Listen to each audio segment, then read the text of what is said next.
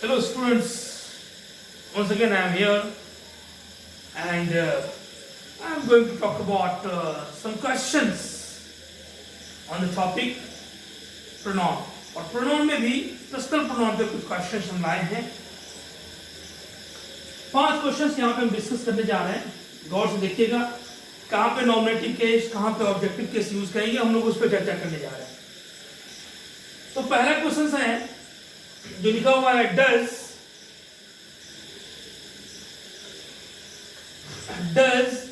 फिर देखो ब्रैकेट में 2 चीजें हैं, एक है हर और दूसरा है सी। तो यहां पर हर और सी, ये हर और सी में डिफरेंसेस क्या है? देखो हर ऑब्जेक्टिव केस है और सी क्या है? नॉमिनेटिव केस है। तो यहां पे किसका प्लेसमेंट होगा? नॉमिनेटिव होगा या ऑब्जेक्टिव होगा?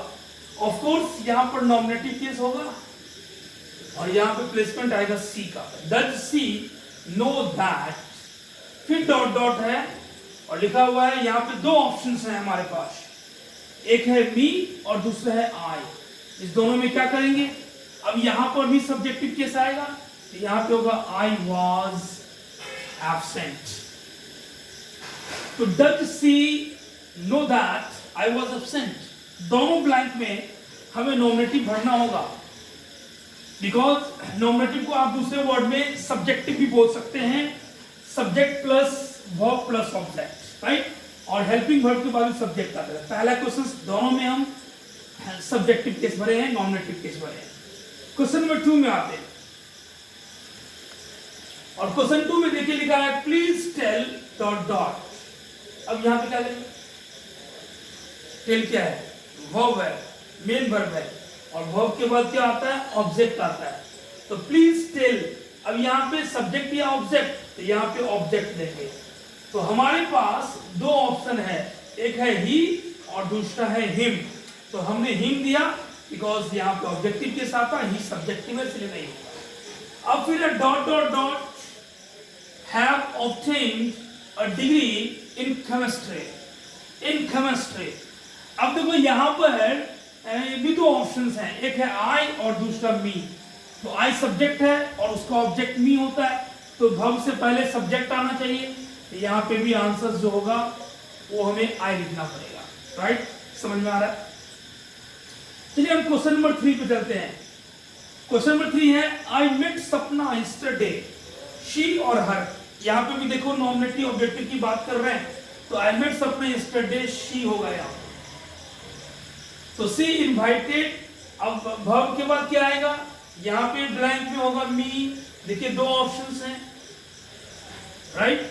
एक तो है आपका सब्जेक्ट और दूसरा क्या है? ऑब्जेक्ट। तो she invited me to her house, I met Sapna yesterday she invited me to her house. ये सेंटेंस सही हो गया। चलिए क्वेश्चन नंबर 4 की बात करते हैं। 4 में लिखा हुआ है कि my uncle works in a factory. अब देखिए ही और इट 2 ऑप्शंस हैं, ही और इट 2 ऑप्शंस हैं। तो इस दोनों में से क्या आएगा? देखो अंकल के लिए यूज होगा, अंकल पर्सन्स हैं, तो ऑफ कोर्स यहाँ पे ही का प्लेसमेंट होना चाहिए। तो ही सेज, उसके बाद क्या है? It is in noisy place. तो प्लेस की, फैक्ट्री के बारे में बात कर रहा है, तो यहाँ पे इट इज हो जाएगा, it is in noisy place. It's possessive में आ जाता है और पॉसेसिव में भी एडजेक्टिव है, इसलिए यहाँ पे पॉसेसिव एडजेक्टिव कोई मतलब ही नहीं बनता, नॉमिनेटिव केस यूज करना पड़ेगा। क्लियर? तो क्वेश्चन नंबर 4 भी हमारा क्लियर। क्वेश्चन 5 देखिए, the teacher said to the class when you dot dot finish your work please pass. देखो हमें लगता है कि यहाँ पे डॉट डॉट नहीं होना चाहिए। अब जाके क्वेश्चन सही हुआ। The teacher said to the class when you finish your work please pass dot dot up to me. अब बताइए क्या करेंगे? यहाँ पे इट होगा या देम होगा? इट ऑब्जेक्टिव, यहाँ देखिए दोनों ऑब्जेक्टिव केस में है, इट सब्जेक्ट में भी होता है, ऑब्जेक्ट में भी होता है। तो यहाँ पे आपको ये समझना पड़ेगा कि किसके लिए यहाँ पे यूजेस हो रहा है, right? The teacher said to the class when you finish your work please pass. तो किसको पास करने के लिए बोल रहा है? वर्क को ना, आप जब अपना वर्क करेंगे, वर्क के बारे में बोल रहा है, तो वर्क को पास करिए, तो please pass it up to me. तो यहाँ पे वर्क के लिए इट आएगा, देम होता जब यहाँ पे कोई पर्सन्स की बात करता, लिविंग थिंग्स की बात करता, राइट। तो वर्क के लिए यहाँ पे इट आएगा। तो ये 5 क्वेश्चंस बहुत ही बेसिक क्वेश्चंस हैं, इजी क्वेश्चंस हैं। आप देखो सारा पर्सनल प्रोनाउन पे आधारित क्वेश्चंस हैं। All questions are based on the personal pronoun, but we have to find out, we have to know that when it is used, when subjective case is used or when objective case is used. आपको बस इतना समझना है, right. तो questions बस यही था, और हमने पर्सनल प्रोनाउन पे आपको बना के बताया था, nominative case, objective case, possessive case. पहले उसको देखिए और फिर क्वेश्चंस बनाइए, राइट।